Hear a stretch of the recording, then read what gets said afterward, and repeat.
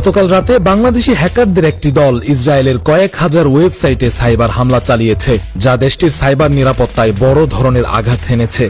Bangladesh cyber defence নামের একটি Facebook page থেকে এই হামলার দায় স্বীকার করে জানানো হয়, তাদের এই আক্রমণে ইসরায়েলের কয়েক মিলিয়ন ডলার ক্ষতি হয়েছে। তারা আরও ঘোষণা দিয়েছে যে এই সাইবার হামলা চলমান থাকবে। এই সাইবার হামলার পেছনে মূল কারণ হিসেবে উল্লেখ করা হয়েছে ইসরায়েলের সাম্প্রতিক গাজা উপত্যকায় বিমান হামলা। গত 18 মার্চ যুদ্ধবিরতি লঙ্ঘন করে ইসরায়েলি বাহিনী গাজায় বিমান হামলা চালায়, যেখানে 400 জনেরও বেশি মানুষ নিহত হয়। এর ফলে 2023 সালের 7 অক্টোবর থেকে শুরু হওয়া আগ্রাসনের পর থেকে গাজায় নিহতের সংখ্যা প্রায় 49,000-এ পৌঁছেছে, আর আহত হয়েছেন 1,11,000-এরও বেশি মানুষ। বাংলাদেশ সাইবার ডিফেন্স নামের এই বেসরকারি সংস্থা ইসরায়েলের এই অগ্রাসনের প্রতিবাদ স্বরূপ সাইবার হামলা চালাচ্ছে।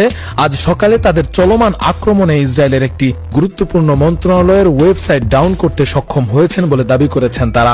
এ বিষয়ে বাংলাদেশ সাইবার ডিফেন্সের একজনের সাথে কথা বলে ফেস দ্য পিপল তিনি জানিয়েছেন, ইসরায়েল দখলদারদের যে অনলাইন নিপীড়ন হত্যাযজ্ঞ চলছে, এর বিরুদ্ধে আমরা প্রথম থেকে কাজ করে যাচ্ছি এবং তাদের সোশ্যাল মিডিয়া সহ বিভিন্ন ইম্পর্টেন্ট যে সেক্টরগুলো আছে সেগুলোতে আমরা প্রথম থেকে আক্রমণ করে যাচ্ছিলাম। তাদের যে সরকারি এবং গুরুত্বপূর্ণ নন গভর্নমেন্ট যে ওয়েবসাইট গুলো আছে এবং তাদের সার্ভার বা তথ্য ভান্ডার গুলো আছে সেগুলোতে আমরা আঘাত এনেছি। আমরা প্রথমে তাদেরকে লিস্ট করে তাদের গুরুত্বপূর্ণ ব্যাংক এবং তাদের শপিং সেন্টার, তাদের অনলাইন শপিং এগুলোতে আমরা ডাউন করেছি এবং তাদের বিভিন্ন সরকারি ওয়েবসাইট এবং তাদের গুরুত্বপূর্ণ নন গভর্নমেন্ট ওয়েবসাইট গুলো আমরা আমাদের আওতাধীন অবশ্যই রয়েছে।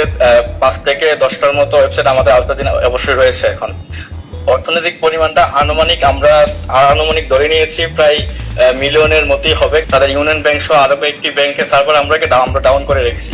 তাদের ব্যাংকিং কার্যক্রম, অনলাইন কার্যক্রম ফুলি বন্ধ ছিল। কেউ আমাদের কার্যক্রম অব্যাহত আছে এবং আজকেও আমাদের কাজ চলছে। আজকে সকাল থেকে আমাদের টিম এক প্রথমে কাজ করে যাচ্ছে এবং সরকারি সাইট তাদের বেশ কয়েকটি সরকারি সাইট আমরা আক্রমণ করেছি এবং আপাতত আমরা কোনো সরকারি সাইটে দখল নিতে পারিনি, চেষ্টা চলছে। আমরা অবশ্যই খুব শীঘ্রই কোন সরকারি সাইট গুলাকে আমরা আমাদের দখলে নিয়ে নিব। আমরা তাদের সরকারি সাইট আপনার gov.el ইসরায়েলের যে অফিসিয়াল সাইটটা, এটা আমরা গতকাল সারাদিন ডাউন রেখেছি। এছাড়াও তাদের ব্যাংকিং সিস্টেম আল ইসরায়েল নিউজ, এদের আল ইসরায়েল নিউজ নামে একটি নিউজ চ্যানেল আছে, যেটা তাদের খুবই গুরুত্বপূর্ণ নিউজ চ্যানেল, এটাও কালকে সারাদিন আমরা ডাউন রেখেছি।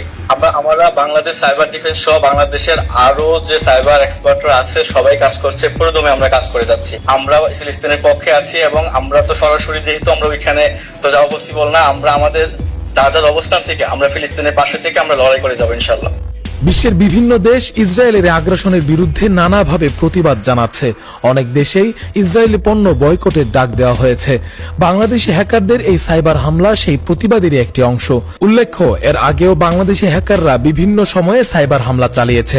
2023 সালের মে মাসে বাংলাদেশ সিভিলিয়ান ফোর্স নামে একটি হ্যাকার কমিউনিটি ইসরায়েলের 5টি সরকারি ওয়েবসাইট ডাউন সহ 14টি ওয়েবসাইট হ্যাক করে